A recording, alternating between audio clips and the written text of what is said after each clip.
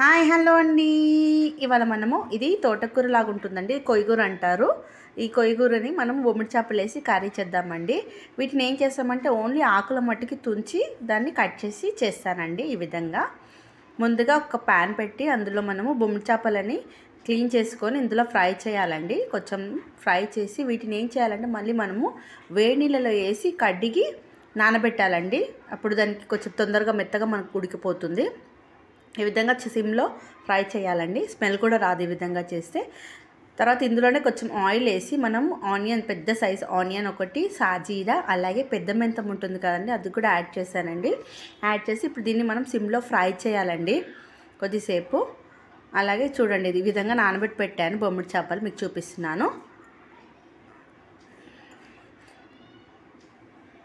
ఇప్పుడు ఇందులో మనము అలాగే మనం పసుపు, ఉప్పు యాడ్ చేయాలండి.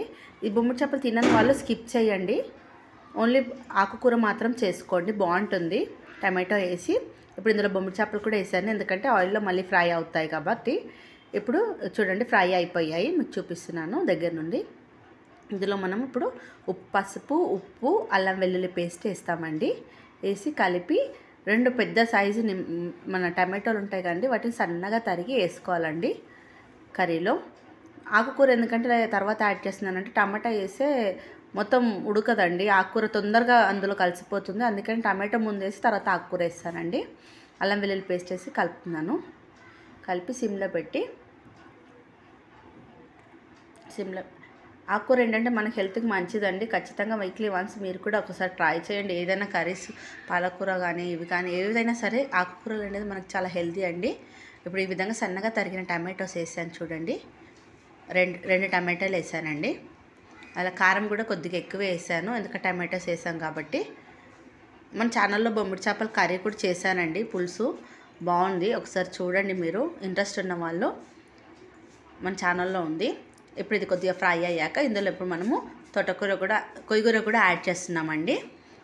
అప్పుడు అది కూడా యాడ్ చేసి కలిపి మనము మూత మీద వాటర్ వేసి పెట్టానండి. ఇందులో వాటర్ అస్సలు వేయలేదండి నేను, ఎందుకంటే ఆకుకూరలో ఆల్రెడీ వాటర్ కంటెంట్ ఉంటుంది కాబట్టి మనం మూత మీద వాటర్ వేసాం కదా, అది ఇందులో పడి ఉడికిపోతుందండి.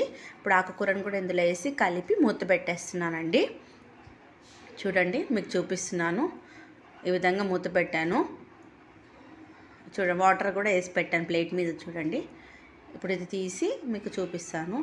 చూడండి వాటర్ కనిపిస్తుంది కదా, అలా వేసి పెడితే మనకి వాటర్ వేయకుండా కూడా కింద కర్రీ ఉడికిపోతుందండి సిమ్లో పెడితే. చూడండి అస్సలు నేను వాటర్ వేయలేదు, టమాటో వాటర్, ఆకుకూర వాటర్లోనే ఉడికిపోయిందండి. ఇప్పుడు ఇది సిమ్లో పెట్టి ఉడికించాం కాబట్టి. చూడండి కలిపి చూపిస్తున్నాను మీకు. ఇప్పుడు టమాటో కూడా ఉడికిపోయింది, అన్నీ ఉడికిపోయి చూడండి. సిమ్లో పెట్టి ఒక 2 మినిట్స్ పెట్టి ఇప్పుడు ఇందులో మనము కొంచెం గరం మసాలా, అలాగే ధనియాల పౌడర్ యాడ్ చేస్తున్నానండి. చూడండి ఇది గరం మసాలా, అలాగే ధనియాల పొడి, లాస్ట్ బట్ నాట్ లీస్ట్ కొత్తిమీర కూడా యాడ్ చేస్తున్నానండి. కర్రీ అయితే రెడీ అయిందండి, చాలా బాగా వచ్చిందండి కర్రీ, చాలా బాగుంది. స్మెల్ అనేది అస్సలు లేదు ఎక్కడ కూడా, బొమ్మిడి చేపలది మంచిగా ఉందండి, కర్రీ బాగుంది. చాలామంది నన్ను సబ్స్క్రైబ్ చేసి సపోర్ట్ చేసిన వాళ్ళందరికీ థ్యాంక్ యూ సో మచ్ అండి, థ్యాంక్స్ అండి. ఇంకా మీరు లైక్ చేసి సపోర్ట్ చేయండి.